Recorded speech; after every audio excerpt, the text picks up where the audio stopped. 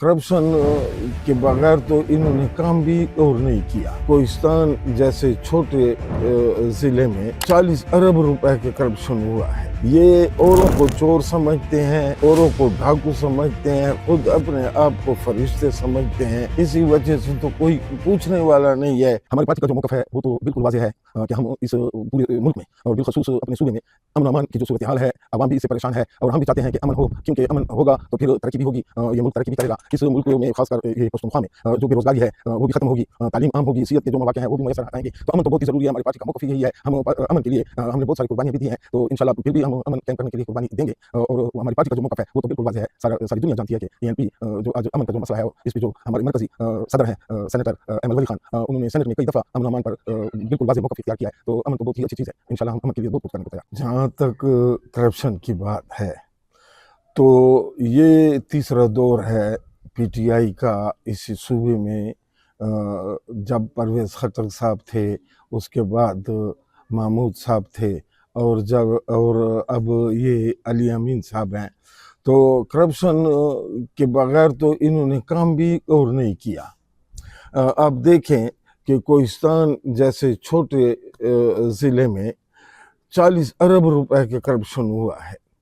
और ऐसे हर महकमे में आज जो करप्शन हो रही है, तो मैं तो ये कहता हूँ कि अगर पीटीआई की हुकूमत को करप्शन की पार्टी कहा जाए कि ये करप्शन को ख़त्म करने के लिए निकले थे और करप्शन में डूब गए हैं।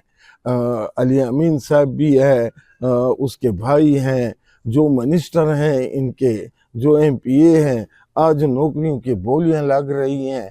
तकरीबन 8-8 लाख रुपए के सुनते हैं कि 8-8 लाख रुपए पे क्लास 4 की पोस्टें बिक रही हैं।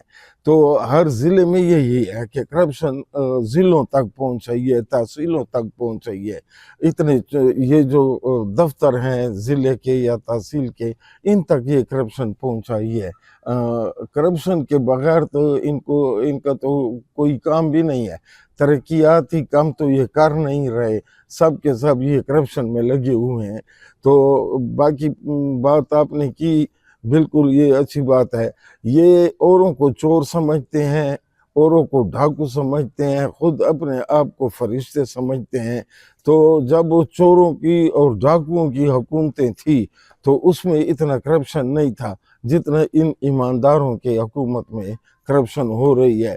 इनके तरफ ये तवज्जो भी नहीं दे रहे क्योंकि वे खुद डूबे हुए हैं करप्शन में। तो ये करप्शन की मजम्मत क्या करेंगे, खाक करेंगे। इसी वजह से तो महंगाई बढ़ रही है, इसी वजह से तो कोई पूछने वाला नहीं है।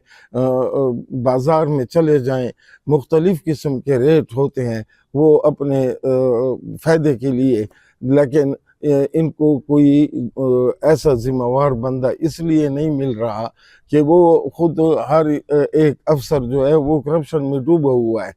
तो करप्शन को का ख़ात्मा कौन करेगा, इसका रास्ता कौन रोकेगा, महंगाई को कौन कंट्रोल करेगा, ये तो खुद महंगाई की तरफ, तबाही की तरफ सूबे को धकेल रहे हैं। जहाँ तक इस पीटीआई की सूबाई हुकूमत पर अदम एतिमाद की बात है, तो उस पे हमारी पार्टी का जो मौक़िफ़ है बिल्कुल वाज़ेह है। हम इन्हें सियासी शहीद नहीं होने देंगे। हम तो कहते हैं कि जितनी भी पार्टियां हैं इन्हें छोड़ दें कि ये अपनी 5 साल हुकूमत जो है ये पूरी कर लें, क्योंकि अगर इन पे अदम एतिमाद होगा तो फिर ये सियासी शहीद होंगे और ये फिर आएंगे अपने अपने हलकों में, पूरे सूबे में यही कहेंगे कि हम तो ऐसे तीर मार थे और ऐसा तीर मार लेते, लेकिन हमारी हुकूमत गिरा दी गई है। जैसे पहले मरकज़ में अदम एतिमाद के ज़रिए इनकी हुकूमत चली गई थी, वो एक आईनी तरीक़ा था। उसके बाद वो अमेरिका का सैफ़रा आया और क्या कुछ इन्होंने बताया और आवाम को वरगलाने की पूरी कोशिश की थी। तो हम ये कहते हैं कि ये सूबा 5 साल इनको छोड़ दें कि ये चला लें, उसके बाद फिर आवाम के पास जाएंगे और आवाम फैसला करेगी कि किसको हुकूमत देनी है और किसको नहीं। जहाँ तक म्यूनसिपल कमेटी की बात है, टीएमए की, टीएमए में टांक में आज जो करप्शन हो रही है तो ये किसी से ढकी छुपी नहीं है। آج جو ملازمین ہیں کمیٹی کے، وہ صفائی کے مد میں جو ملازمین ہیں، آج صفائی 1 ماہ سے وہ احتجاج پر بیٹھے ہیں، صفائی نہیں ہو رہی، بازار گلی کوچے سب یہ گند سے اٹے پڑے ہیں، کوئی پوچھنے والا نہیں ہے۔ یہاں پہ لاکھوں روپے آتے ہیں، صوبے کی طرف سے بھی آتے ہیں، اور یہاں جو ان کی اپنی وہ پیداوار ہے ٹھیکوں کے مد میں، تو تقریباً یہ کروڑوں روپیہ بن جاتا ہے، اور اس کے باوجود ان کے اپنے تنخواہیں جو ہیں وہ غریب رول رہے ہیں، وہ فاقہ کشی پہ مجبور ہیں۔ ان کے جو بچے تھے وہ اسکولوں سے نکالے گئے ہیں، ان کے فیسیں نہیں ہیں، کوئی دکاندار ان کو قرضے پہ سامان نہیں دیتے کیونکہ ان کے تنخواہیں بند ہیں۔ پینشن والے ایسے ہیں کہ 5 ماہ ہو چکے ہیں کہ ان کی بھی پینشن بند ہے، تنخواہیں بھی بند ہیں۔